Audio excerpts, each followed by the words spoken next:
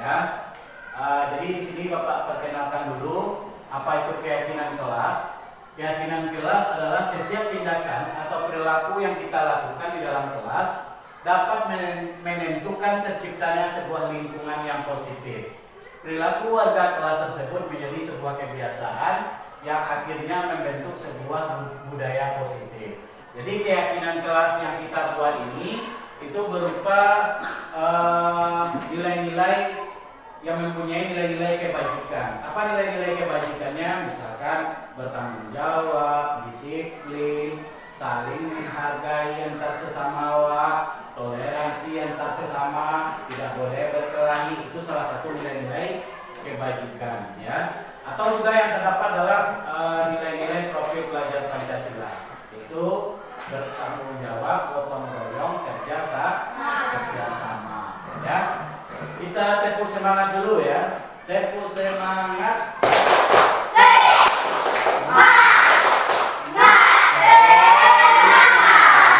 Masih ingat profil pelajar Pancasila? Masih. Kita sama-sama ya pakai gerakan ya. Salam profil pelajar Pancasila. Belajar Pancasila, beriman dan bertakwa pada Tuhan yang Esa, berpendidikan global, gotong royong mandiri, kreatif dan berkritis. Oke, bagus untuk kita semua. Jadi di sini kita membuat keyakinan kelas kita. Silakan nanti anak-anak Bapak membuat keyakinannya tentang kelas yang bagaimana, ya, sesuai nilai-nilai kebajikan yang Pak sampaikan tadi. Silakan, boleh kita coba satu-satu dulu ya membuatnya. Nanti siapa siap silakan ditempel di kertas karton yang Pak buat itu. Silakan dibuat.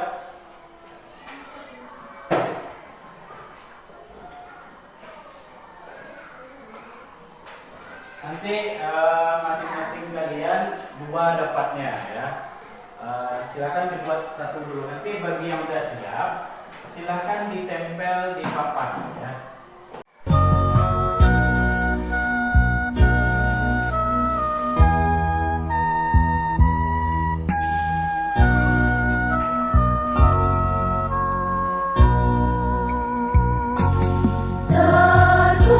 Terpujilah wahai Engkau, Ibu Bapa Guru. Namamu akan selalu hidup dalam sanubariku. Semua baktimu akan kuukir di dalam hatiku. Assalamualaikum warahmatullahi wabarakatuh. Perkenalkan, nama saya Atika, murid kelas 6 dari SDN 26 Sungai Gerenge. Hari ini kami bersama Pak Ak membuat keyakinan kelas. Perasaan saya sangat senang sekali ketika membuat kesepakatan kelas, dan kami akan selalu konsisten, akan selalu menjalani keyakinan kelas tersebut.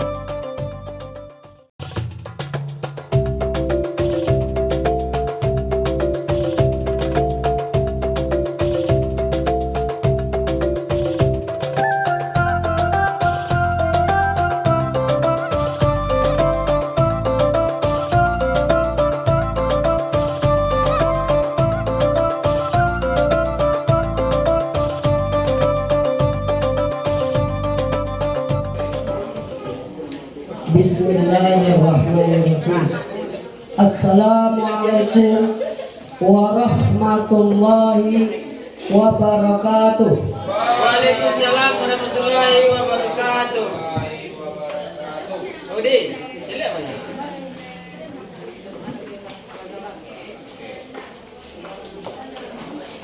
Pertama sekali marilah kita mengucapkan puji syukur kehadirat Allah Subhanahu wa taala yang mana sampai saat ini, menit ini, detik ini kita masih diberikan rahmat, hidayah, serta kesehatan sehingga kita masih bisa berkumpul dalam rangka kegiatan gugus yaitu KKG di SDN 25 Sungai Geringgi.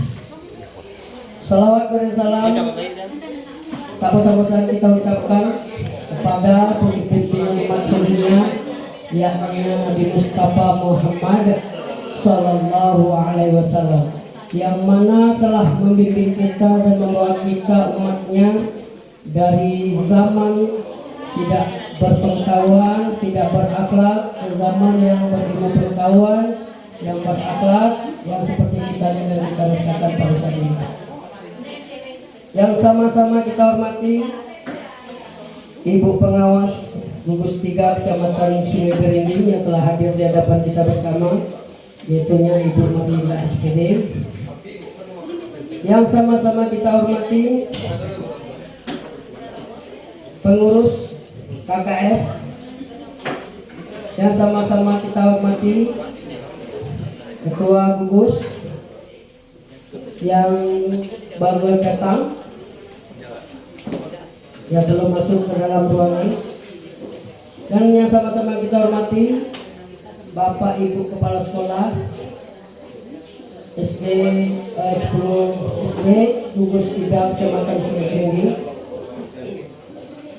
Baiklah, adapun ada acara kita pada hari ini dalam KKG Gugus 3. Yang pertama yaitu pembukaan yang sedang berlangsung. Yang kedua nanti ada sambutan dari Kepala Sekolah SDN 25 Sungai Geringgi sebagai tuan rumah. Yang ketiga arahan dari Ketua KKS Gugus 3. Yang keempat kata sambutan dari Ibu Pengawas Gugus 3. Yang kelima nanti ada materi yang disampaikan oleh Bapak Afrizal Ali SPD.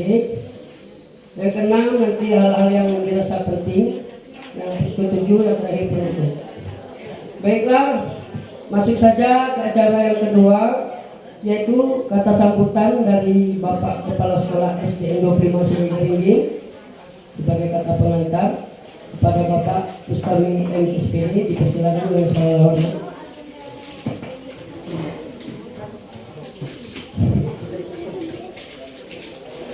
Assalamualaikum warahmatullahi wabarakatuh.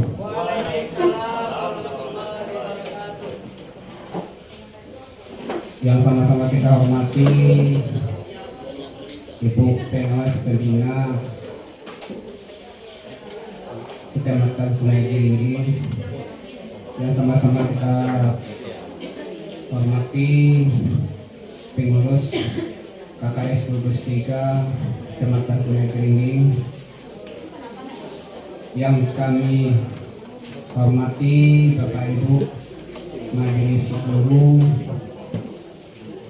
guru kelas, guru PJOK dalam Gugus 3 Kecamatan Sungai Geringgi, umumnya Bapak Ibu yang hadir dalam kesempatan ini. Mari kita sama-sama mengucapkan syukur kepada Allah Subhanahu wa taala yang selalu melimpahkan rahmat serta kurnia-Nya kepada kita semua. Dengan rahmat dan kurnia-Nya lah di siang hari ini kita kembali dapat bertemu di SD 25 Sungai Geringgi. Ini itu juga terutama mengucapkan salawat dan salam kepada Nabi Junjungan kita yang Nabi besar Muhammad Sallallahu Alaihi Wasallam. Beliau yang telah berhasil yang telah bersusah payah membawa dan mengajak umatnya dari zaman jahiliyah ke zaman Islamiyah, zaman yang penuh dengan ilmu pengetahuan. Bapak Ibu yang saya hormati, yang mana dalam kesempatan ini, siang hari ini, Kamis 20 Juli 2023, kita kembali berkumpul di SD 25 ini dengan dasar adalah hasil kesepakatan itu adalah kepala sekolah di gugus 3 dan CC-nya ibu pengawas kita, sehingga hari ini kita itu adalah mulai KKD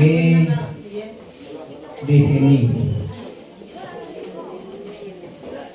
Hari pertama, jadwal pertama di semester ganjil ini kita melaksanakan itu adalah KKG atau KKS gugus kita. Karena itu Bapak dan Ibu, dasar itu adalah segera kami kepala sekolah mohonkan kepada Ibu pengawas segera itu mengadakan KKS KKG gugus ini adalah karena beratnya tugas kita di sekolah, tugas kepala sekolah, tugas itu adalah kita guru semua. Sama-sama kita ketahui Bapak dan Ibu, tugas kita di awal tahun ajaran ini adalah tentu saja kita menyelesaikan adalah kurikulum. Kurikulum kita baru hanya yang baru selesai, yang sudah sampai di dinas, itu adalah dokumen 1 baru. Sedangkan dokumen 2 dan 3-nya belum selesai bagi kita sekolah kita. Untuk itu Bapak dan Ibu, kami juga kepala sekolah itu adalah mengharapkan seluruh. Saya kira hendaknya itu adalah dokumen 2 dan dokumen 3 itu adalah ready, hendaknya selesai, hendaknya itu adalah dalam waktu singkat ini bagi kita. Mungkin juga Bapak dan Ibu terlebih dulu sudah selesai. Bagi sekolah sekolah, bagi kami yang belum selesai, bagi guru kami yang belum selesai, itu diharapkan segera mungkinnya untuk menyelesaikan kurikulum dokumen 2 dan dokumen 3. Nanti adalah untuk lebih jelasnya pemateri kita juga kami menyampaikan nanti, dan juga kita minta pembinaan dan arahan pandangan daripada Ibu pengawas kita nanti. Jadi itulah dasar kami kepala sekolah Bapak dan Ibu mengadakan KKS KKG cepat ini dewas semester ini karena beban kita masih terkendali. Juga Bapak dan Ibu, itu adalah dasar, itu adalah kami pengurus KKS mengundang Bapak dan Ibu untuk hadir ke SD 25 ini. Kebetulan adalah kesepakatan kawan-kawan kepala sekolah adalah tempatnya itu adalah SD 25. Juga kami sebagai tuan rumah Bapak dan Ibu, kekurangan dan itu adalah dalam kami sebagai tuan rumah menyambut tamu, melayani tamu ya. Kekurangan kami itulah kami lebih dulu minta maaf sebesar-besarnya. Mudah-mudahan lima kelemahan kami itu kita serahkan saja kepada Tuhan Yang Maha Kuasa. Amin ya rabbal alamin. Jadi itulah singkat kata yang bisa rasanya sebagai kata sambutan. Lebih kurang kami mohon maaf. Kami tutup dengan Assalamualaikum warahmatullahi wabarakatuh.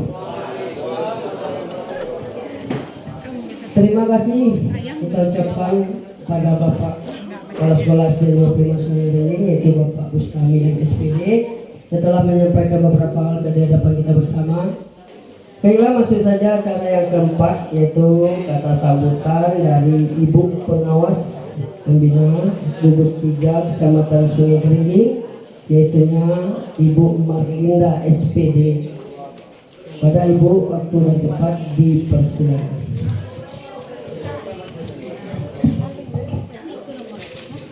Mohon izin dah duduk karena agak banyak. Iko gula darahnya seminggu yang lalu katanya tinggi, tapi kalau rasa-rasa tinggi kayaknya rendah. Gua agak bergetar kalau tadi agak lama. Baiklah Bapak dan Ibu. Pertama, karena ini perdana KKG kita, ancak saya lihat dulu nak SD. Sekarang wak dulu, habis gua pulau gua. SD 04, mana orangnya? Harusnya ada 6 dengan kepala sekolahnya. 7, 6. 4 guru kelas, 1 guru PJOK, tambah bapaknya. Saat ini Ibu.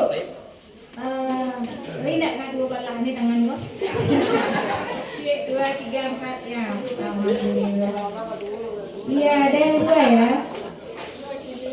SD 04, kepala sekolahnya mana Pak Bu? Masih di dalam bajunya. Kalau rapat di koperasi nggak mungkin nih Ubainah hadir di sini. Ada rapat? Oh ya. 04 dan 08. 08 mana? Alhamdulillah ada deket. 08 13. Mana ibunya?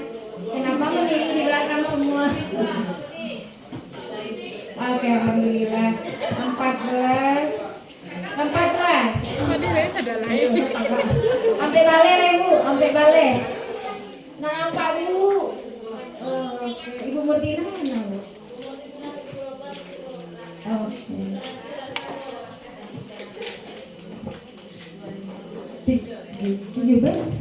17. Mana 17? 1, 2, 3. Mana satu lagi Pak Alvin? Siapa tuh? Oh. Oke. 25. Tuan rumah harusnya banyak Bu, semuanya nggak 5 orang. Ya, oke. 26. 3, 4, 5 ya. 28. Lagi 2. Apa kepala anak Pak Bu? Ke dinas kenapa?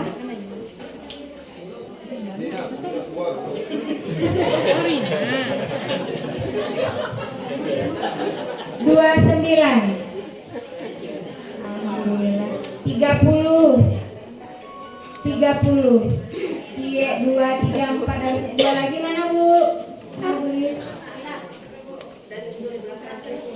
OTW-nya lagi kemari kok. Kok OTW? Oke, terima kasih Bu Pak. Nah ini perlu juga kita sikapi bahwa KKG itu bagian wajib juga bagi kita sebagai guru tenaga kependidikan di sekolah kita.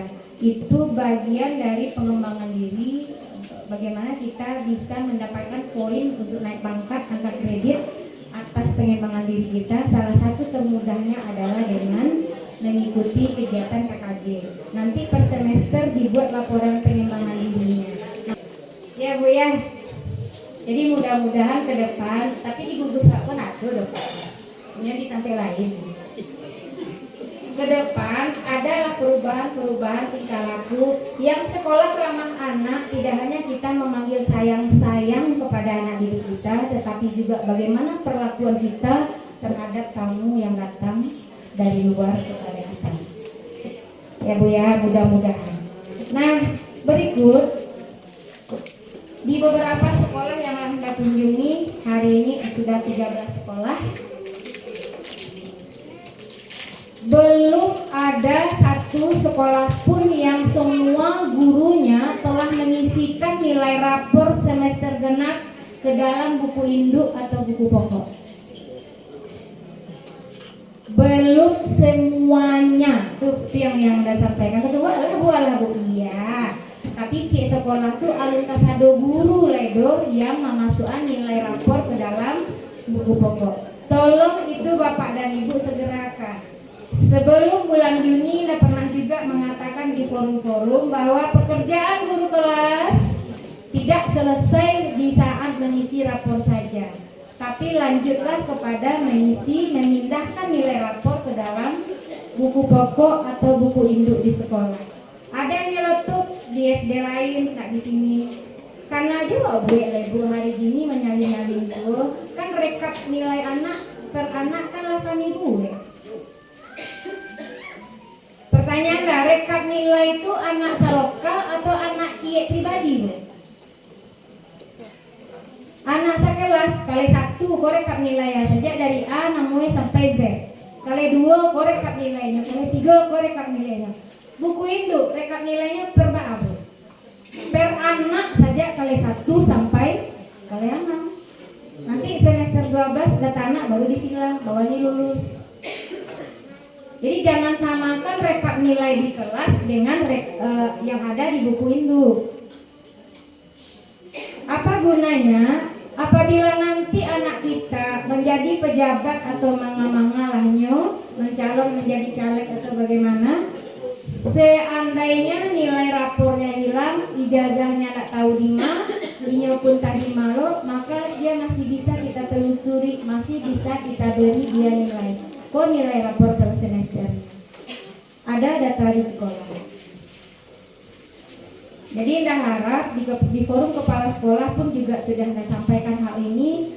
Nanti kepala sekolah tolong pastikan bahwa semua guru telah memasukkan nilai anaknya ke dalam buku pokok. Nah, kepada ibu guru kelas 1 tadi di 08 sudah pesankan, di SD sebelumnya juga sudah pesankan agar segera memfoto anak kelas 1-nya bagi sekolah yang belum meminta foto anak. Supaya nampak wajah polos anak itu di awal tahun pelajaran baru nampak. Kalau di Desember pada saat penerimaan rapor saja difoto, wajah anak 6 bulan itu sudah berubah. Beda Jawa, apa tahu dekat di wajah kalau anak ada perubahannya walaupun 6 bulan. Maka itulah foto yang tadi itulah yang ditempelkan di halaman identitas pada rapor. Di identitas nanti rapornya berbunyi 10 Juli, dinilainya nanti barulah di bulan Desember. Jadi wajah tertanggal 10 Juli itu foto segera. Bagi yang sudah alhamdulillah di SD tadi mana kemarin ya, dipersyaratkan formulir penerimaan siswanya, dia sudah diminta pas foto 3x4 3 lembar, yang perempuan masukkan mak merah, yang laki-laki masukkan mak biru. Ada sekolah yang terkait itu. Yang tidak boleh disyaratkan adalah memilih-milih mana anak pandai membaca atau jauh yang yang diterima, itu tidak boleh. Tapi secara administrasi boleh Bapak Ibu berikan dari awal. Next, tahun pelajaran berikut, kalau ada yang masih lupa meminta foto anak, rancak Bapak dan Ibu minta sekali di awal tuh. Modul ajar terserah, mau yang 3 lembar, 4 komponen, mau yang paket komplit, silahkan. Tergantung kepada kemampuan dan kesanggupan Bapak dan Ibu.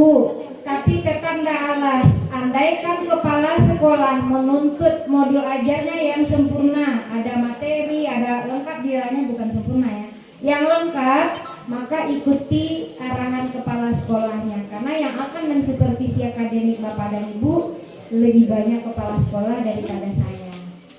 Kamu, Pak? Nah, tutup saja. Terima kasih perhatiannya. Banyak maaf salah dan khilaf. Assalamualaikum warahmatullahi wabarakatuh.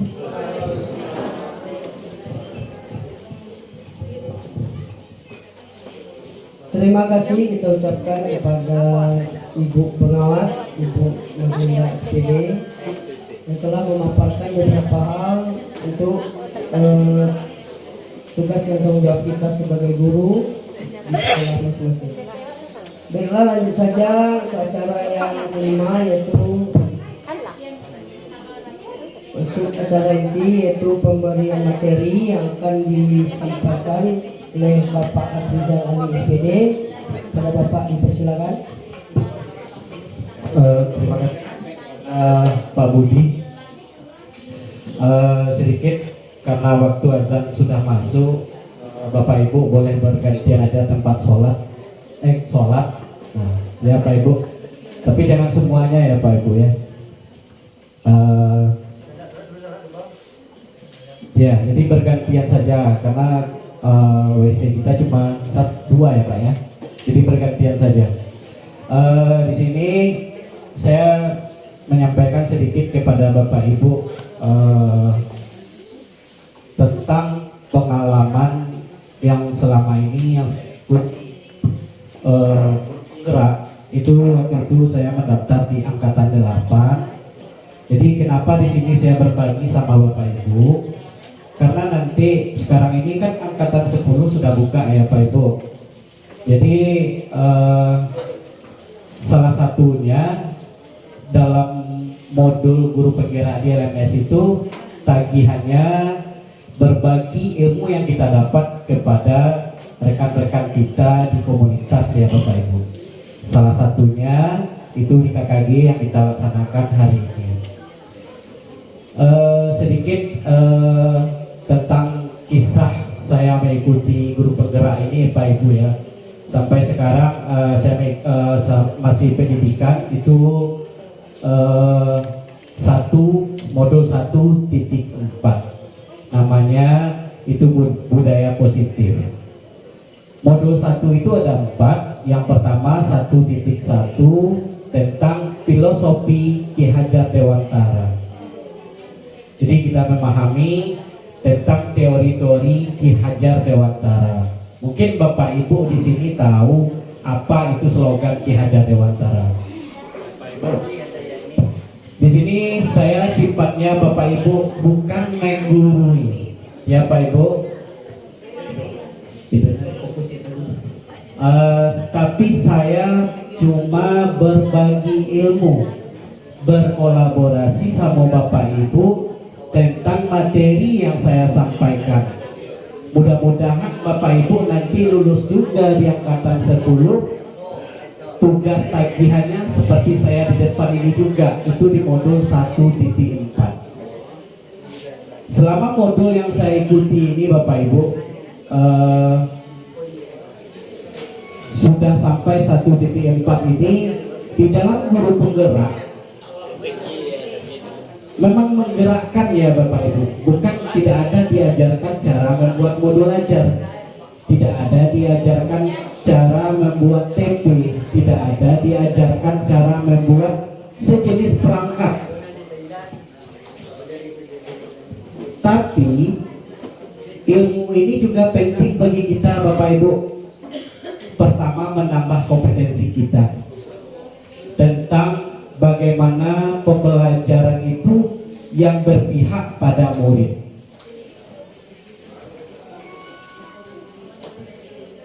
Dukanya, senangnya ada juga Bapak Ibu.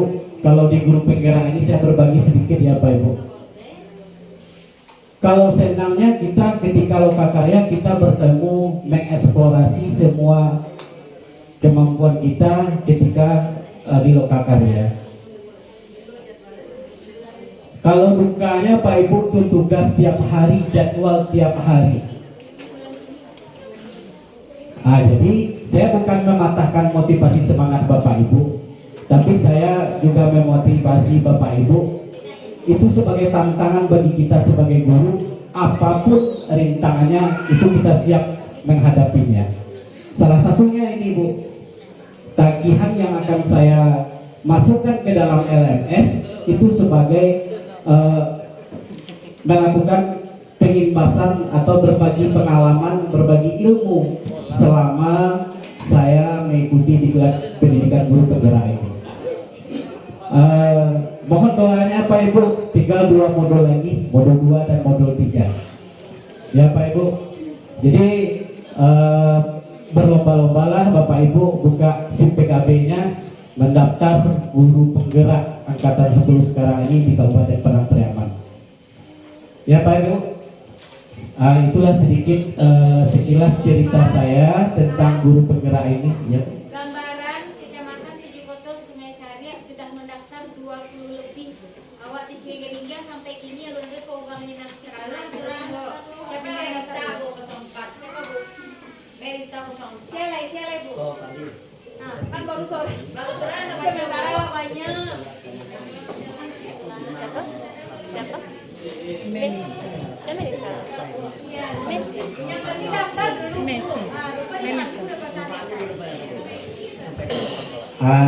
Itu untuk motivasi dari Bapak Ibu tuh, dari Pak Muklis.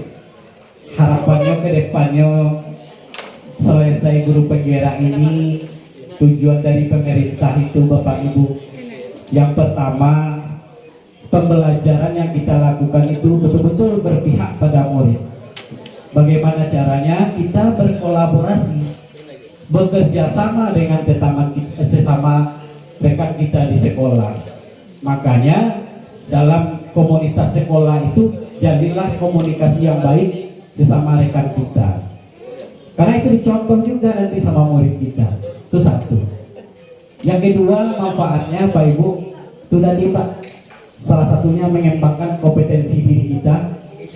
Ya, bagaimana pembelajaran yang berpihak kepada murid itu. Yang ketiga, kenapa tadi dari segi finansial, menjadi kepala sekolah Pak, menjadi kepala sekolah atau menjadi pemimpin di masa yang akan datang.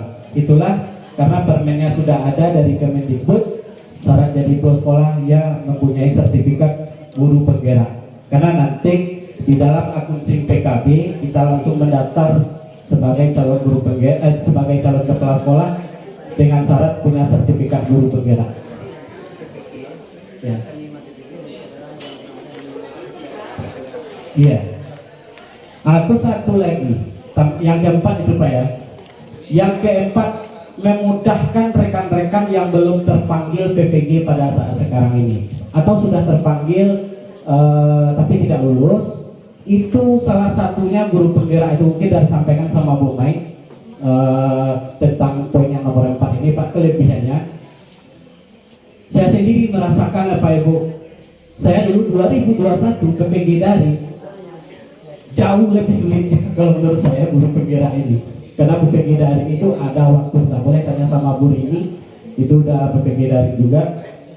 Tapi kedepannya kita pikirkan untuk kompetensi diri kita juga. Jadi kalau kita masuk guru-guru penggerak ini Bu, kalau dalam pikiran saya, jadi pesekolah enggak Bu, mengembangkan kompetensi. Itu saja. Kalau dalam tapi ya Pak tadi kan finansial ya jadi pesekolah. Kalau saya pengen mengembangkan kompetensi diri serta melakukan pembelajaran yang berpihak pada murid. Karena pengalaman-pengalaman itu kalau saya suka berbagi Bapak Ibu. Jadi kalau kita mau masuk guru penggerak, kita cita-cita ingin jadi kepala sekolah, ketika kita ikut pendidikan ambil, cobalah Bapak Ibu nanti. Jadi kalau tujuan kita pengen menambah wawasan kita dan kita ingin berbagi dengan teman sesama kita, ya insya Allah proses pembelajaran guru penggerak yang begitu padat itu bisa Ibu lalui gitu. Tapi kalau cita-cita ini jadi kepala sekolah Pak, mungkin dari rekan-rekannya ada yang nggak jadi kepala sekolah, akan itu juga Pak. Ada itu 4 ya manfaat mengikuti guru penggerak ya Pak Ibu. Alhamdulillah saya sekarang udah masuk modul 1.4. Dalam guru penggerak ini Pak Ibu memakai sistem di LMS itu alur merdeka sesuai dengan Pak Nadiem Makarim. M-nya itu mandiri, berarti kita belajar mandiri di LMS. E-nya eksplorasi konsep, kita mengeluarkan pemikiran kita tentang modul yang ditampilkan di LMS. D-nya demonstrasi kontekstual terkait dengan modul yang kita pelajari. E-nya elaborasi konsep, elaborasi pemahaman. K-nya koneksi antar materi. A-nya aksi nyata yang saya lakukan sekarang ini Pak Ibu. Berarti merdeka, itulah yang kita pelajari di LMS. Mampu jadwal memang tiap hari. Dalam pemikiran saya setelah kita mengajar di kelas, sorenya kita mengerjakan tugas itu sampai jam 12 malam. Iya sesuai dengan motonya Pak Ibu, tergerak, bergerak, menggerakkan bubuk dengan kolektor ya Pak Ibu. Itulah yang kami alami. Walaupun seperti itu, kalau kita berpandangan positif ke depannya untuk apa, jangan pikirkan jadi pesulap, tapi mengembangkan kompetensi diri kita. Kita mau berbagi kepada orang lain Bapak Ibu, itu sudah hal luar biasa Pak Ibu. Jadi kalau kita cita-citanya di kelas sekolah, karena syarat dari kelas sekolah itu sekarang ya Pak Ibu sudah terdeteksi. Coba Bapak Ibu buka SIM PKB-nya Bapak Nadiem Makarim, kalau nggak salah launching ketika saya kemarin buka di SIM PKB, launching jadi kelas sekolah syaratnya itu mendaftarnya melalui SIM PKB. Kalau Bapak Ibu pengen jadi kepala sekolah. Ya Pak Ibu, kita masuk materi. Di sini saya sifatnya bukan menggurui ya Pak Ibu. Kita berbagi pengalaman terkait dengan materi yang saya pernah ajari, yang pernah saya pelajari di modul 1.4, yaitu budaya positif. Maaf, kami mundur dulu mengisi pengurus gugus. Baik, kita kembali ya. Ini Pak Ibu, sedikit gambarannya. Ini kata Bapak Ki Hajar Dewantara. Bapak siapa Pak Ibu? Bapak pendidikan awak. Nah, ingat sungsungtolodo, ingat yo mangun kaso, tubuhi handayani. Mungkin ambo dapat dulu mengajari ibu Lerna. Lah tahu ibu jawabannya itu kan.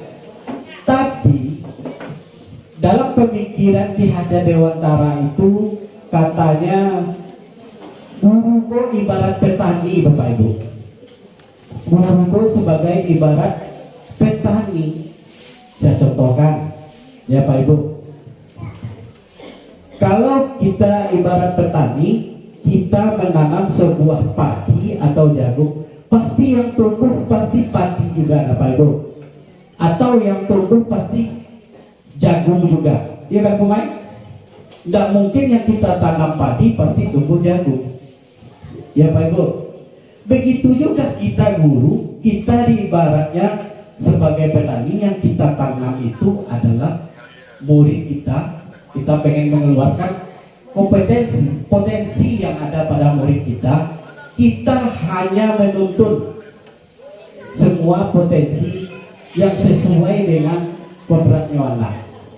Misal, ya Pak Ibu, si agonyo pandai bermain pionika misalnya. Kita arahkan, kita tuntunkan, atau si Ago pandai manakan nomor 1, 2, 3 sampai tidak pandai cara memainkan. Ya kita sebagai guru harus menuntunnya, mengembangkan bakatnya.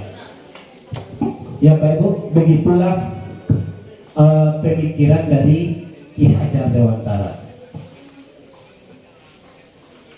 Nah ini Pak Ibu, aku minta pendapat Bapak Ibu loh. Dari pertanyaan di atas, pertanyaan pemantik ini, menurut Bapak Ibu, hukuman dapat mendisiplinkan anak. Apakah setuju Bapak Ibu? Pak Fir, boleh minta pendapatnya, apakah hukuman itu dapat mendisiplinkan anak? Kita waktu sampai 1:30 aja Pak Ibu. 1:30, selesai pelan-pelan kita pulang aja. Saya minta waktunya 1 jam saja. Boleh berpendapat? Ya silakan. Yang lain, Bu Mai? Tidak. Yang lain gimana? Apakah hukuman itu dapat mendisiplinkan anak? Kau contoh ya Pak Ibu. Kamu tahu Pak Aldo kau nak terima terambil. Bagus terambil dia, manga aja tadi. Kan itu Pak Ibu nak. Pasti anak tuh hari gue ini disiplinnya bisa nyoba terambil ya. Pastinya dongkol kawan anak. Alah Pak aku tuh merah awak dikit. Pasti panamu ada sudah mulai. Yo Pak Ibu nak. Kalau siku kita memarahi anak, pasti panamu kepada diri awak yang nak.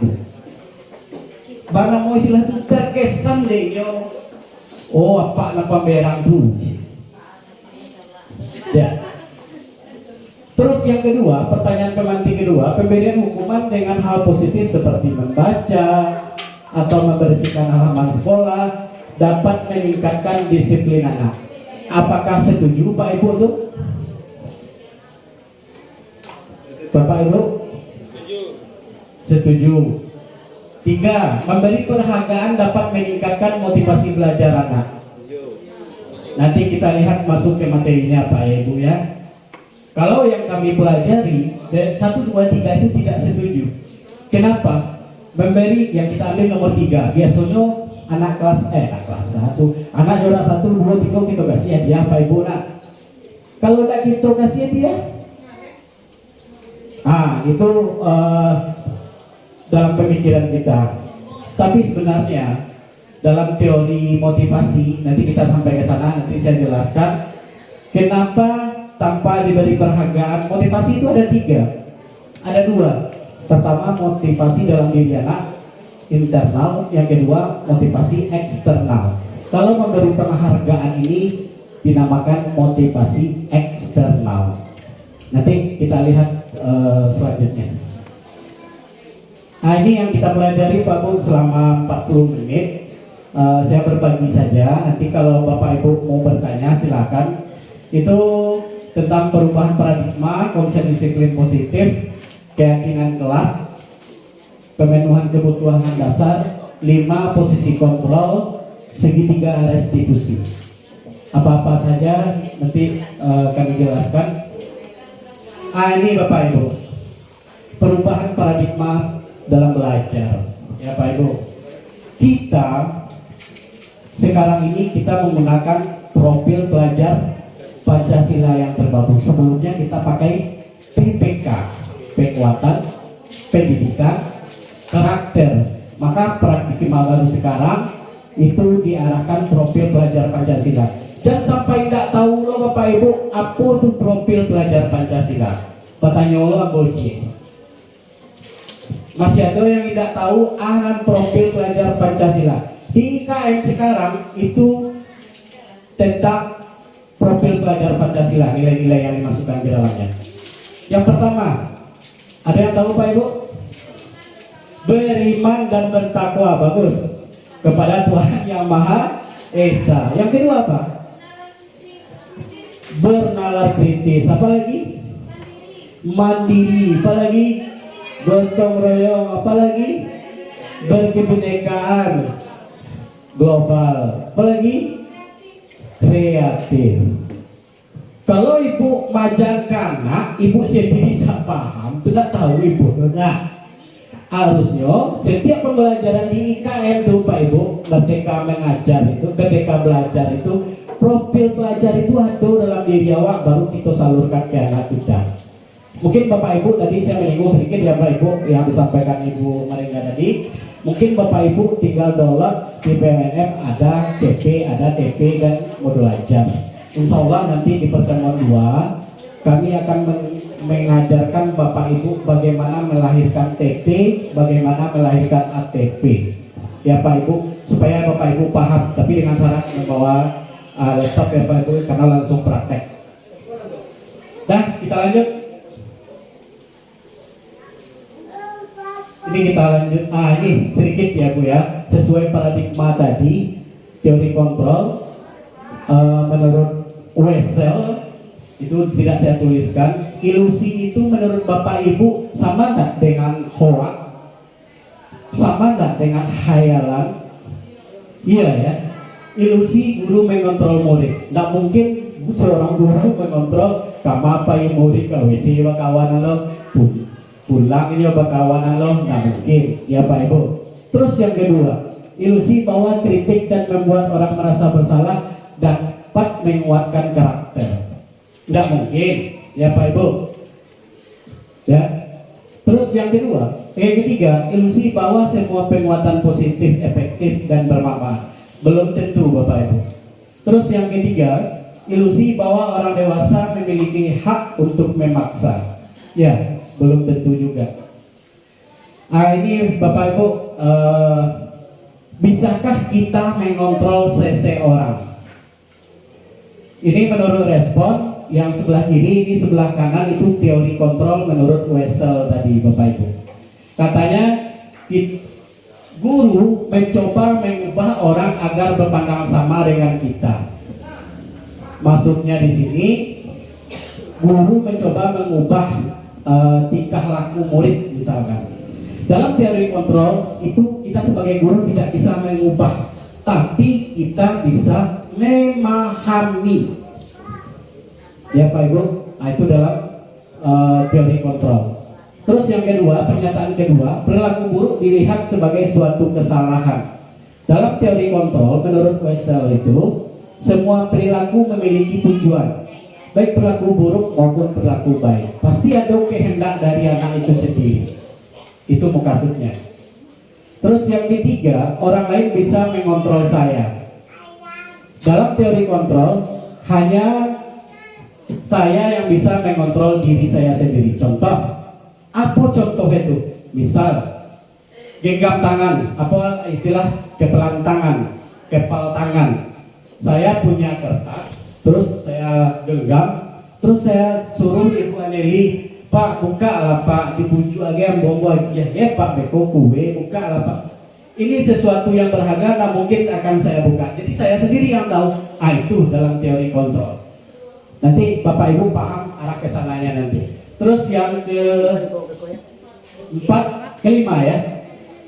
Keempat, saya bisa mengontrol sudah. Yang kelima, pemaksaan ada pada saat bujukan gagal. Terus menurut teori kontrol, kolaborasi dan konsensus menciptakan pilihan-pilihan baru. Terus menurut pernyataan, model berpikir menang kalah. Di sini Bapak Ibu, kita tidak boleh kepada anak murid kita, tidak boleh nyo mana, nyo salah, nyo kalah, nggak boleh seperti itu. Ya Bapak Ibu. Sama juga dengan orang dewasa, kalau seperti itu kan pasti hatinya nggak apot, nggak terumuk Bapak Ibu. Nah kalau yang kalah. Jadi dalam teori kontrol itu menang-menangan nih sedonya. Jadi nado yang kalah, nado yang menang. Ya Pak Ibu. Ini materi kita yang kedua, makna disiplin. Mana perlu aku ajak ke Bapak Ibu disiplin itu tata tertib, aturan. Ya panas.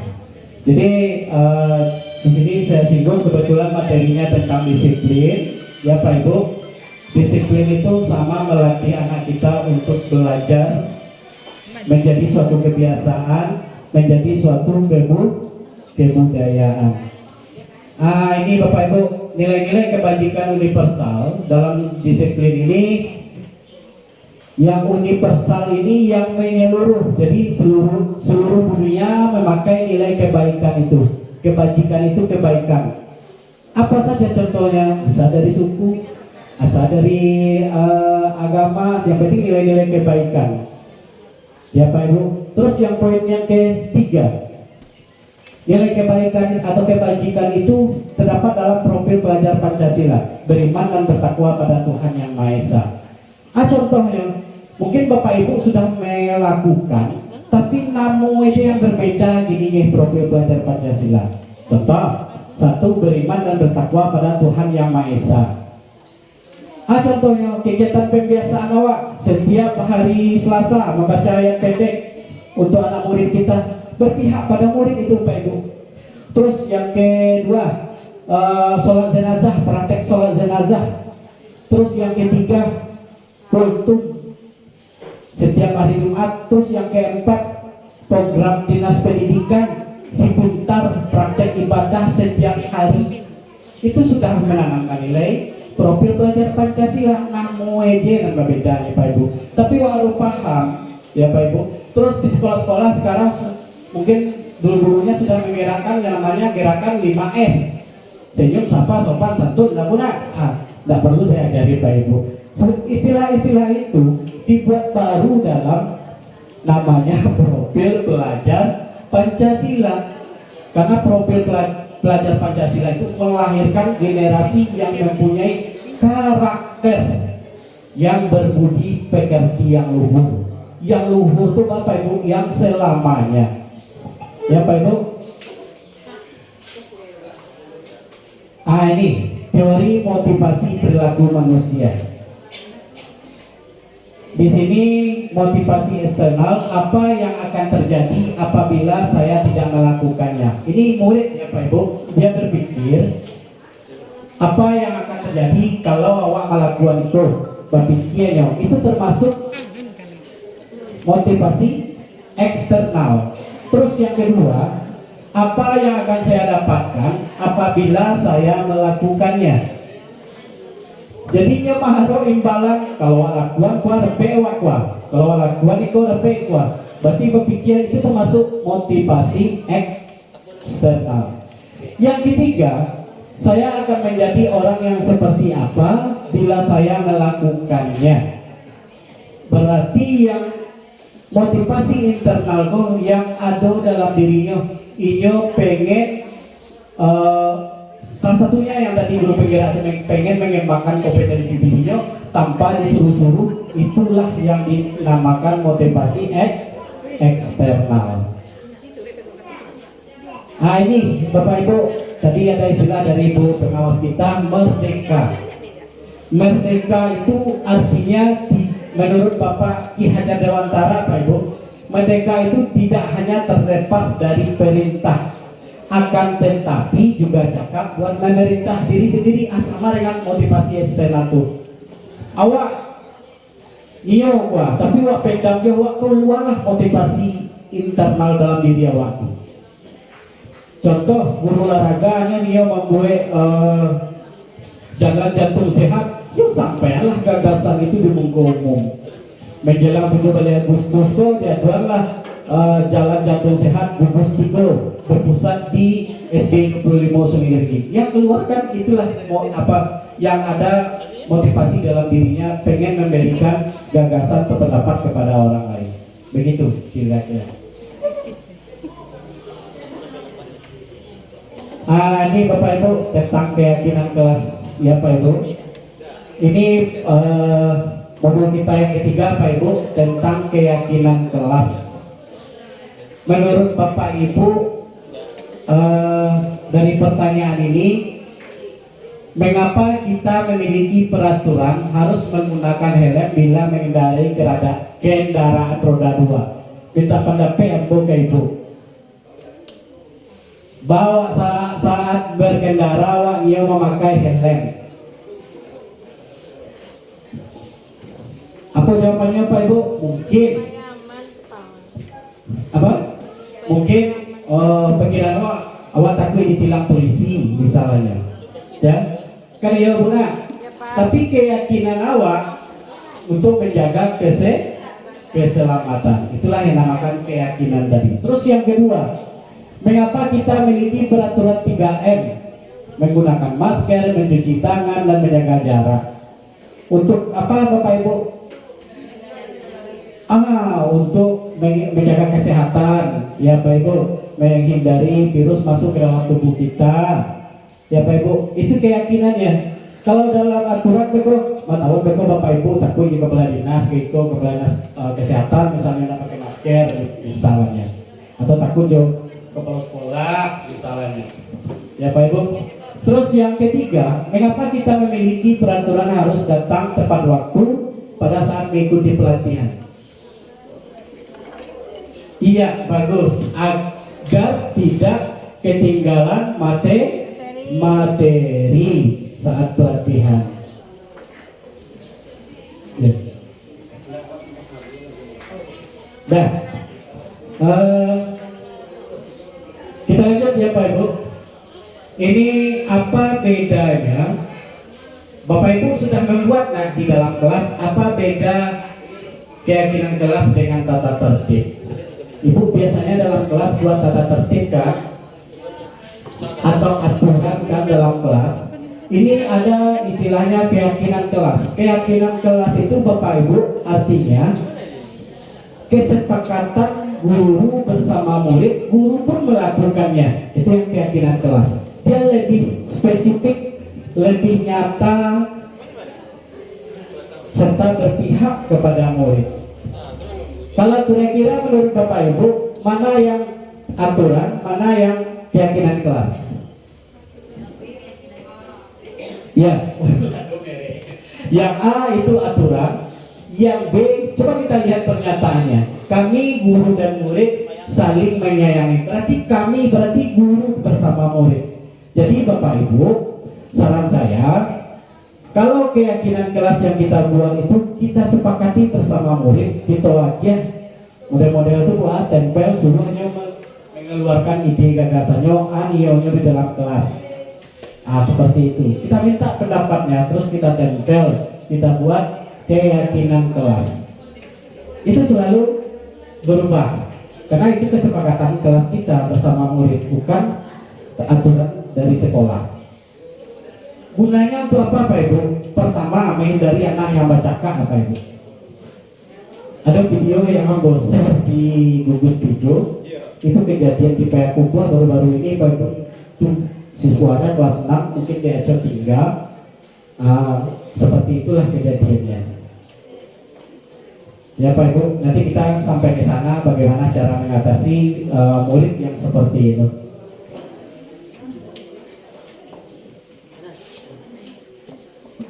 Ini Bapak Ibu, beda peraturan dengan keyakinan kelas. Peraturan selalu kembalikan buku ke tempatnya. Apa nilai kebaikannya atau keyakinan kelasnya, yaitu tanggung jawab. 2, dilarang mengganggu orang lain, yaitu menghormati orang lain sendiri. Itu nilai-nilai keyakinan. Berarti nilai-nilai keyakinan gue, nilai kebaikan yang kita sepakati bersama anak murid kita. Terus yang ketiga, hadir di sekolah 15 menit sebelum pembelajaran dimulai. Nilai-nilai kebaikannya atau keyakinan kelasnya menghormati orang lain. Terus yang kelima, dilarang menggunakan narkoba. Jadi nilai keyakinannya itu menjaga kesehatan. Terus bergantian atau menunggu giliran, yaitu menghormati orang lain. Gunakan masker, tadi keselamatan, tentu kesehatan. Terus jangan berlari di kelas atau koridor, itu keselamatan atau keamanan. Jadi penting sekali kita Bapak Ibu sebagai guru kelas membicarakan bersama murid keyakinan kelas apa yang kita buat. Guru mapel pun seperti itu. Dia harus berkoordinasi juga dengan guru kelas, keyakinan apa yang dibuat dalam kelas. Nah ini Bu, pembentukan keyakinan kelas itu bersifat nyata atau abstrak ya Pak Ibu. Keyakinan kelas berupa pernyataan universal yang mengarah kepada murid. Terus pernyataan keyakinan kelas senantiasa dibuat dalam bentuk positif. Jadi Bu Elo keyakinan kelas itu Bu, Pak, kuliah bercakap dalam kelas. Nah, lihat dulu Pak Ibu, makanya harus bentuk-bentuk yang positif. Terus keyakinan kelas sebaiknya sesuatu dapat diterapkan di lingkungan tersebut. Terus semua warga kelas hendaknya ikut berkontribusi dalam pembuatan keyakinan kelas. Nah jadi di sini Pak Ibu, kalau Bapak Ibu pengen membuat keyakinan kelas, itu kan kesepakatan bersama murid kita dalam kelas. Jadi rekan-rekan kita ajak juga, oh ini bagus, kita buatlah. Ah seperti itu. Kalau hal-hal yang baik itu nggak apa-apa ditiru Pak Ibu. Kayak Buna, kecuali hal-hal yang buruk, ya tidak kita tiru gitu. Ya Pak Ibu. Ini kita masuk yang keempat, tinggal 2 lagi, hukuman dan konsekuensi.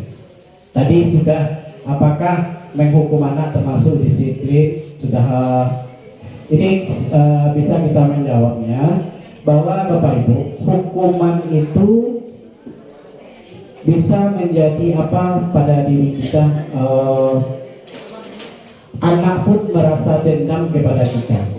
Lebih baik konsekuensi yang kita berikan kepada anak. Bagaimana caranya kita menetapkan konsekuensi? Di 26 Bapak Ibu sudah diterapkan sama Ibu Benar, itu anak yang berkelahi, yang sering datang terlambat itu dipanggil ke kantor. Mana disuruh Bapak Ibu, kami sudah sepakat nih, sudah konsekuensi, sudah sepakat bersama murid, masuruh menyuruh mahapa ayat pendek. Kalau inilah membaca itu Bu, menanamkan nilai profil pelajar Pancasila, beriman dan bertakwa itu Bapak Ibu. Kan karakter anak itu, merubah karakter anak. Jadi dia bisa, dia senangnya dalam dia senang, dia baca ayat pendek, padahal untuk dirinya. Itulah kesepakatan dengan anak. Makanya apapun yang permasalahan anak, buat kesepakatannya dulu, jadi dia paham loh. Padahal kau tidak formula olahraga kan, ya memang gak tegas tuh, hukum jadi buat sampai push up 10 kali. Sudah tuh panamu guru olahraga tuh dia nak Kayak Pak Ibu nak, mau guru olahraga itu dia nak, ndak paham namanya Pak Gendut kan, akan itu kan mendendam ini itu. Itu ciptonya sama kawannya. Kau dapat deh bu, anak kita itu berkesan bagi kita, baik datang maupun pulang. Sampailah ke rumah orang tuanya, nama-nama kita sering disebut oleh anak. Itulah pembelajaran yang berpihak kepada ilmu Pak. Kita lanjut. Ini saya minta pendapat sama Pak Ibu, hukuman dan konsekuensi tadi sudah saya jelaskan.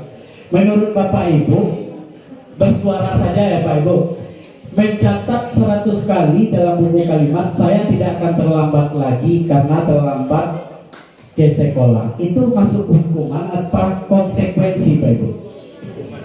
Hukuman. Terus nanti kita bahas jawabannya Pak Ibu. Terus yang kedua, lari mengelilingi lapangan basket. Aku biasanya olahraga kan, bagian hukuman karena terlambat hadir di sekolah. Itu masuk hukuman apa konsekuensi? Hukuman. Murid diminta untuk push up 15 kali, itu hukuman apa konsekuensi? Hukuman. Terus menggantikan kertas tugas teman yang telah dicoret-coret, konsekuensi. Terus membersihkan tumpahan air di meja tulis karena tersenggol pada saat belajar, konsekuensi. Murid disuruh untuk mengenakan sepatu seharian di sekolah karena tidak mengenakan sepatu hitam. Apa itu Bu? Hukuman. Lari mengelilingi lapangan basket 2 kali karena terlambat 10 menit untuk pelajaran PJOK. Itu apa Bu? Nanti kita lihat jawabannya. Kalau ada P, Ibu, ada bisa Ibu pendidikan guru penggerak. Apa Ibu? Itu juga. Ya Pak Ibu. Ini jawabannya tadi mencatat 100 kali dalam buku pelajaran, buku kalimat itu hukuman. Lari mengelilingi lapangan basket hukuman. Murid diminta untuk push up 15 kali. Menggantikan kertas tugas itu konsekuensi. Membersihkan tumpahan air di meja tulis karena senggol pada saat belajar itu konsekuensi. Murid disuruh untuk mengenakan sepatu itu hukuman. Lari mengelilingi lapangan itu konsekuensi kira Pak Ibu. Nanti kita lihat ke depannya. Ini Pak Ibu kebutuhan dasar. Ini yang kelima. Kebutuhan dasar manusia. Bertanya Pak Ibu, apa kebutuhan awak? Pertama ingin makan dapat naik. Sudah tuh kemudian bawa pasti yang bersyukur kemanusiaan tuh ingin disayang. Kayak Pak Ibu nak, ada kebebasan, ada kesenangan.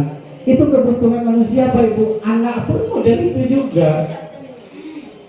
Ya Pak Ibu, penguasaan ya. Seolah pasti ada dalam diri kita, seolah kita yang bisa. Itu penguasaan, tenaga, power. Anak pun seperti itu juga Bapak Ibu, kebutuhannya sama dengan kita. Oh dia berkeluarga lepas dia model gini Pak Ibu, kasih sayang rasa diterima, dia butuh diperhatian lo dalam kelas. Kan ada lo anak model itu Pak Ibu. Nah dari tujuannya itu bo baca lo, papa baca dari tujuannya dia bawa lo aja. Kan dia diperhatian dia Bapak Ibu. Nah sama lo jawab nih. Contohnya kalau orang dewasa Pak Ibu nak, kasih sayang tuh model laki-laki mau sampai dari kan butuh kasih sayang orang tua, keluarga kan sama. Jadi anak pun juga seperti itu Pak Ibu.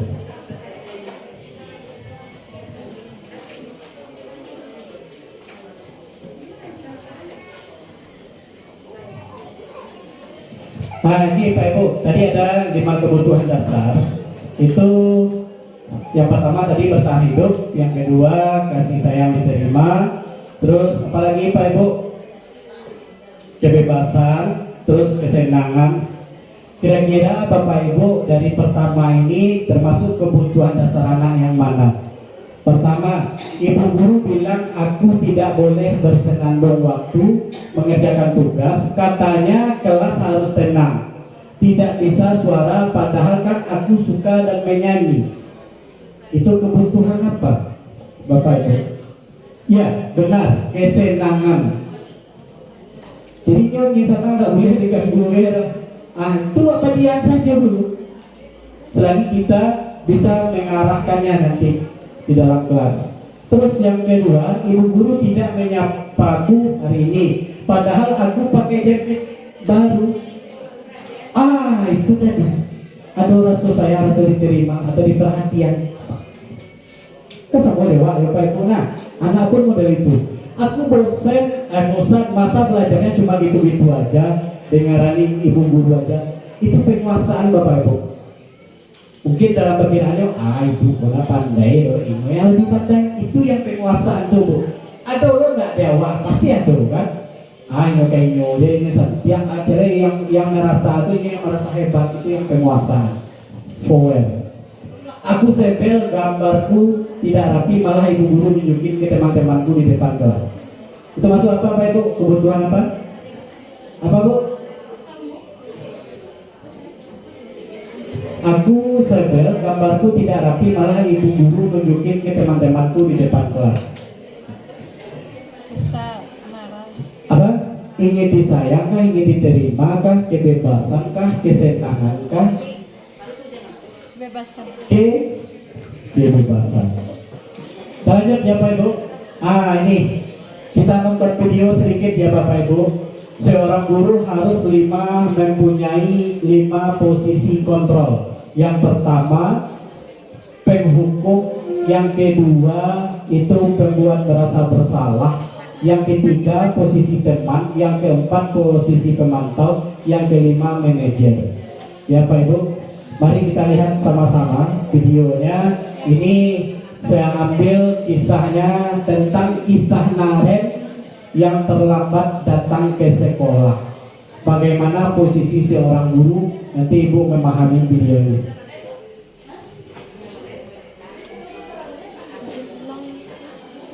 Ibu?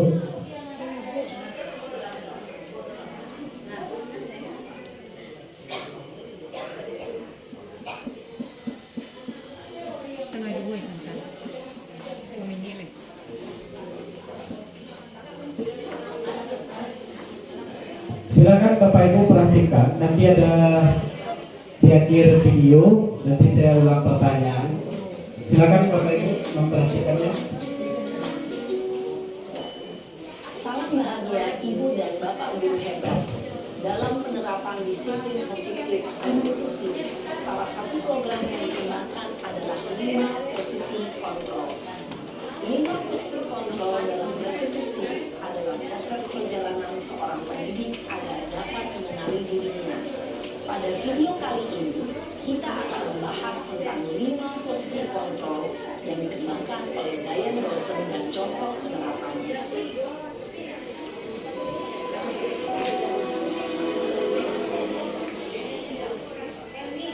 5 posisi kontrol itu adalah 1. Posisi penghukum, 2. Posisi pembuat merasa bersalah, 3. Posisi teman, 4. Posisi pemantau atau monitor, dan 5. Posisi manajer. Untuk lebih memahami kelima posisi tersebut, mari kita saksikan kasus Naren yang terlambat hadir 20 menit di sekolah dan melihat bagaimana kelima posisi kontrol dalam menghadapi masalah tersebut.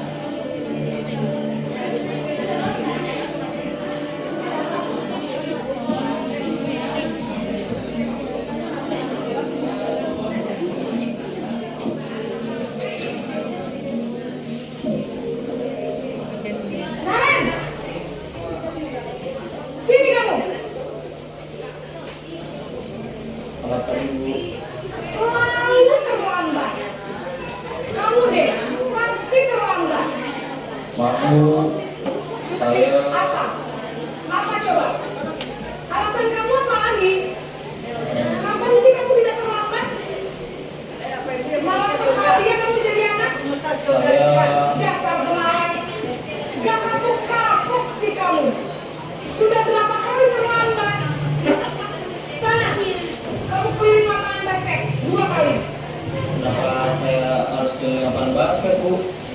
Kenapa? Kamu melawan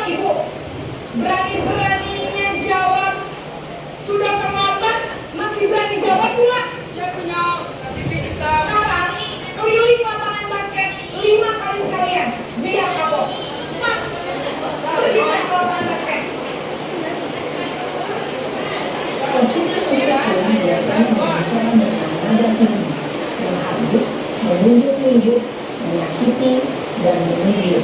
Hukuman bisa berupa fisik maupun psikis. Ibu dan bapak murid hebat. Dampak yang terjadi pada murid ketika guru berada pada posisi penghukum adalah murid cenderung akan memberontak, bahkan puluhan dendam.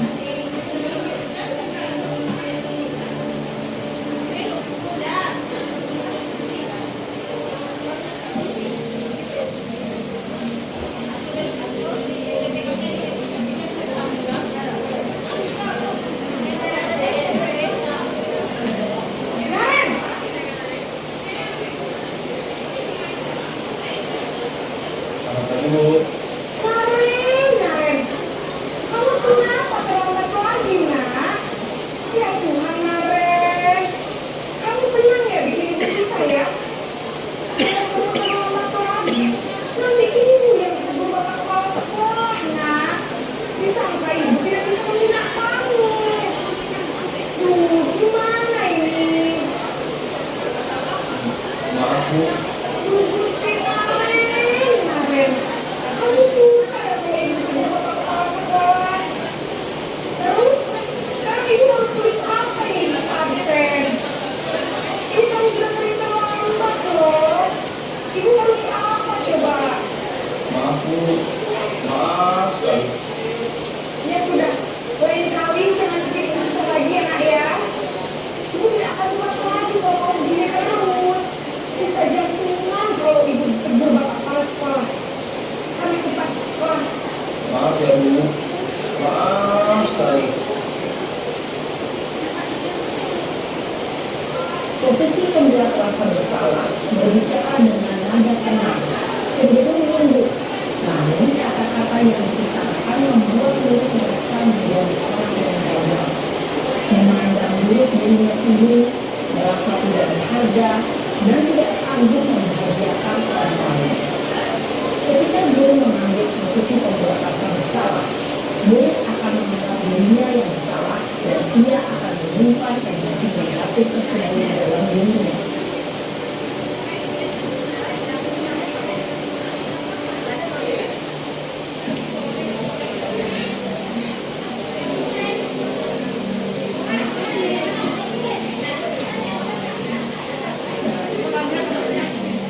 Naren!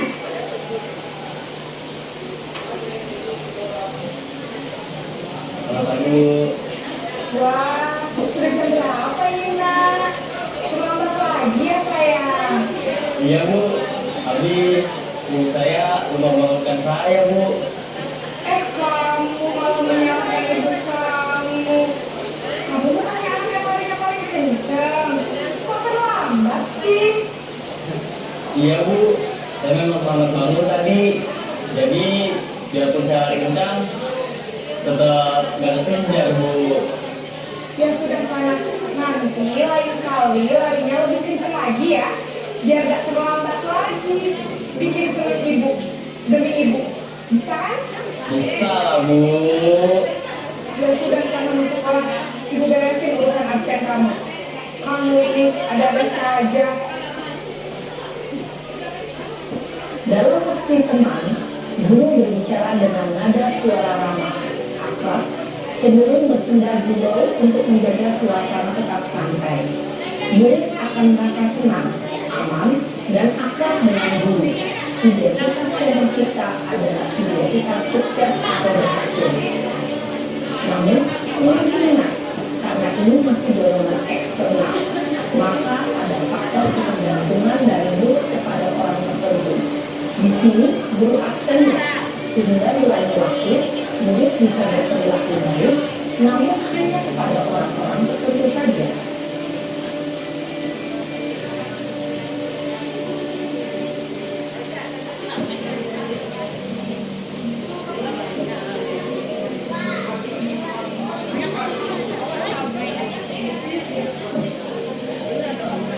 Naren!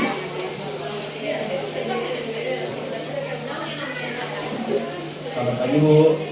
Naren, apa peraturan sekolah kita tentang jam berapa kita harus masuk sekolah, nak? Kita harus di sekolah jam 7 Bu. Iya betul, sekarang sudah jam 7.20. Naren sudah tahu konsekuensinya jika terlambat hadir. Paham Bu, saya harus tinggal kelas pas jam istirahat selama 20 menit. Ya benar, konsekuensinya demikian. Jadi nanti jam 9.30 pas istirahat, kamu harus tinggal di kelas, kerjakan tugas tambahan untuk ketertinggalan kamu, ya? Baik Bu. Posisi pemantau mengandalkan penghitungan atau data untuk mengontrol murid. Guru mengarahkan murid berdasarkan peraturan dan konsekuensi. Seorang pemantau menunjukkan bahasa tubuh dan ekspresi wajah yang datar dan cenderung formal.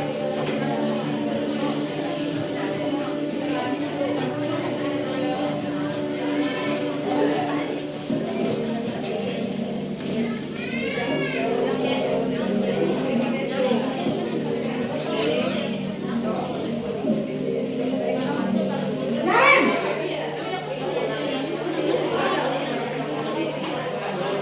Selamat pagi Bu. Selamat pagi Naren. Maaf Bu, saya terlambat. Iya, sekolah masuknya jam 7, sekarang udah jam 7.20. Jadi sekarang bagaimana ini Naren? Maaf Bu, saya lupa tahu alarm saya semalam. Baiklah, menurut kamu, keyakinan sekolah yang mana yang perlu kamu tingkatkan? Menghargai diri sendiri dan orang lain mungkin ya Bu. Setuju. Jadi, apakah Naren meyakini prinsip saling menghormati tersebut? Iya Bu, saya meyakininya. Apakah Naren bersedia memperbaiki masalah keterlambatan ini? Bersedia Bu. Bagaimana kamu akan perbaiki masalah keterlambatan ini? Saya akan coba untuk tidak lupa menyetel alarm saya Bu. Baik, kalau Naren lupa minta alarm di rumah, ada orang yang kira-kira bisa bantu mengingatkan tidak?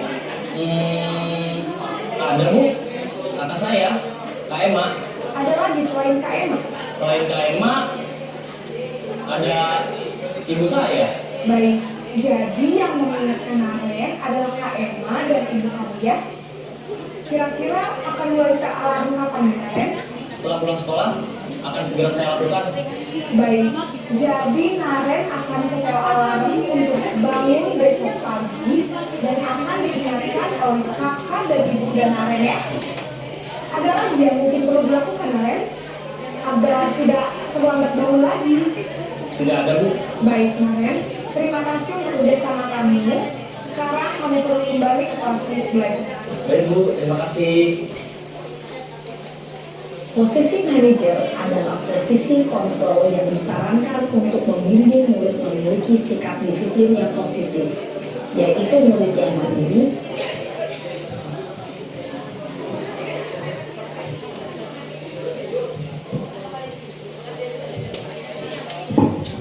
Oke, Pak Ibu, dari 5 posisi kontrol tadi, Bapak Ibu, sedikit lagi ya Pak Ibu ya. Dari 5 posisi kontrol tadi, itu seorang guru harusnya mengambil posisi yang beberapa menurut Bapak Ibu. Dari cerita si Naren yang terlambat datang ke sekolah tadi itu, kira-kira menurut Bapak Ibu, posisi kontrol yang mana yang bagusnya kita sebagai pendidik ini dalam mendisiplinkan anak? Posisi manajer, karena posisi manajer ini Bapak Ibu, kita menanyakan ke siswa, ke murid kita, dia yang mencari solusinya, kita yang mengarahkan.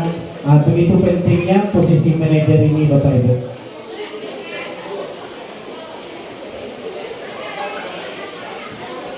Oke, yang terakhir materinya Pak Ibu itu restitusi. Apa itu restitusi? Proses menciptakan kondisi bagi murid untuk memperbaiki kesalahan mereka sehingga mereka bisa kembali pada kelompok mereka dengan karakter yang lebih kuat menurut dosen. Restitusi berangkat dari pandangan bahwa kesalahan adalah sesuatu yang manusiawi. Restitusi adalah sebuah pendekatan berdasarkan teori kontrol yang mengajarkan anak atau murid keterampilan disiplin diri. Di sini saya sampaikan sedikit 9 ciri-ciri restitusi. 1. Bukan untuk menebus kesalahan, namun untuk belajar dari kesalahan. Terus yang kedua, memperbaiki hubungan. 3, tauran bukan paksaan. 4, restitusi menuntut untuk melihat ke dalam diri. 5, restitusi mencari kebutuhan dasar yang mendasari tindakan. 6, restitusi diri adalah cara yang paling baik untuk memperbaiki diri. 7, restitusi fokus pada karakter bukan tindakan. 8, restitusi fokus pada solusi. 9, restitusi mengembalikan murid yang berbuat salah. Contohnya Bu, sini saya gambarkan sedikit daripada membaca saja Pak Ibu. Restitusi itu misal awak dalam mengajar lasik maja rupanya anak awak dalam kelas lalu Pak Ibu. Jadi pasti otomatis ibu Pak kalau dapat perhatian ibu loh. Bukan seperti itu kita marahin anak kita. Atau ibu tanya manga tadi manga malam petangga. Bukan seperti itu Bu. Restitusi itu kalau ibu mengecek di muka kawannya pastinya malu dalam dirinya. Kita pun yang dewasa seperti itu, kalau dimarahi di persoalan muka basamu pasti emang betul asamu gitu. Maka dilakukanlah restitusi, segitiga restitusi namanya. Itu menyelesaikan masalah bersama murid. Restitusi itu berdialog awak bersama murid face to face. Wa imbaunya ke ruangan majelis awak. Wa tanyonyo anak bako lalu. Wa imbaunya anak berkelahi di dalam kelas pun model itu. Tidak langsung wa imbaunya berdua bercakap berdua tidak. Karena sifatnya dialog. Wa imbaunya surang dulu. Kalau imbau yang kedua, wah dia bawa, dia ngecek lo, aja dulu, kan yona, tentu ya. Jadi kalau ada anak yang berkelahi, kalau ada anak yang tidak buat PR, atau kalau ada anak yang melihat buku catatan saat ujian, gunakanlah segitiga restitusi ini Bapak Ibu berdialog sama anak. Kadang ketika ujian yang cari buku catatan, wah imbaunya. Dan suatu-waktu berang dengan kawannya tidak baik untuk harga dirinya. Dia punya harga diri loh Pak Ibu, sama dengan kita ya Pak Ibu. Ini tahapan-tahapan segitiga restitusi itu mungkin Bapak Ibu sudah lihat video saya yang pernah saya lakukan, maka tidak saya tampilkan di gugus 3. Itu bagaimana menstabilkan identitas. Tahapan apa ya tanya bako lalu tahu maka kemarin apa pagi ke kantor katanya mau itu punya jangan kalau tahu apa lagi dah jadi namanya restitusi Pak Ibu dong. Jadi kita bersahabat jona murid awak itu. Terus yang kedua, validasi tindakan salah awak tanyonyo aduh kira-kira apa alasan anak apa alasan anak ibu mako mengantuk dalam kelas awak tanyonyo. Mungkin awak asik malam main HP Pak, awak main TikTok Pak, lupa mengarajon tugas guys. Kadang-kadang Jawa ada boleh malam lalu. Awak tanya kinyo alasannya. Terus menanyakan keyakinan yang ketiga. Awak tanya kinyo, awak tadi kalau membuat kesepakatan kelas, awak tanya kinyo, apakah mengantuk itu termasuk kesepakatan awak atau kesepakatan awak selama dalam kelas? Pasti tidak. Awak tanya kinyo lihat apa-apa saja keyakinan dalam kelas awak.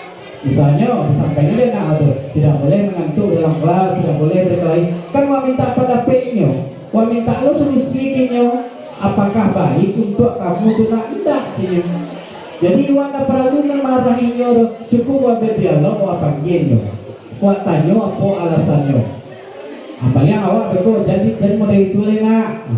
Nak mencerminkan awak nilai profil pelajar Pancasila nak mangkoi Bapak Ibu ketika tegak maja tuh beriman dan bertakwa berada Tuhan yang Maha Esa apa enggak sholat Pak model itu awak tanya ke diri nak.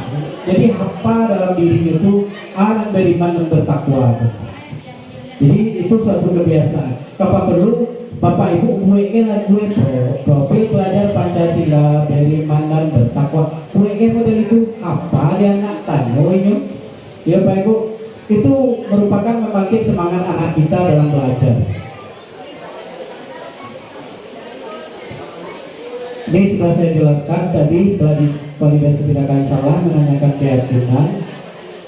Nah ini kesimpulannya Pak Ibu dari materi yang saya paparkan panjang lebar tadi, mulai dari paradigma baru, disiplin, keyakinan kelas, 5 kebutuhan dasar manusia, terus posisi kontrol guru, terus yang terakhir segitiga restitusi.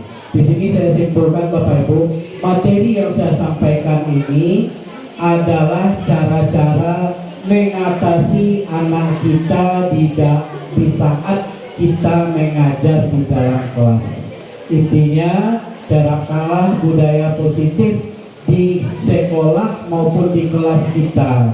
Jadi setiap pulang anak itu utamakanlah karakter dia beriman dan bertakwa tadi Bapak Ibu. Pulang sekolah itu biasakanlah membaca bersyukur anak setelah mendapat ilmu pagi. Nggak pagi dia baca doa nggak pulang itu nggak ada itu tadi. Tanamkanlah bahwa cara-cara dia bisa menghargai dirinya sendiri. Itulah dari materi yang saya sampaikan hari ini Bapak Ibu, bagaimana cara menghargai dirinya dan orang lain. Jadi cukup sekian dari saya. Kalau ada salah penyampaian dari saya di sini bukan maksud untuk menggurui Bapak Ibu, tetapi saya di sini berbagi pengalaman modul 1.4, modulnya seperti ini. Inilah yang saya alami ketika 2 minggu yang lalu. Cukup sekian dari saya dan saya akhiri dengan wabillahi taufiq wal hidayah. Assalamualaikum warahmatullahi wabarakatuh. Ya boleh Bapak Ibu bertanya kalau seputar bisa di-share apanya balik materi 1.4 tadi. Diminta kepada Pak Adi kalau bisa di-share modul 1.4 yang ditampilkan tadi.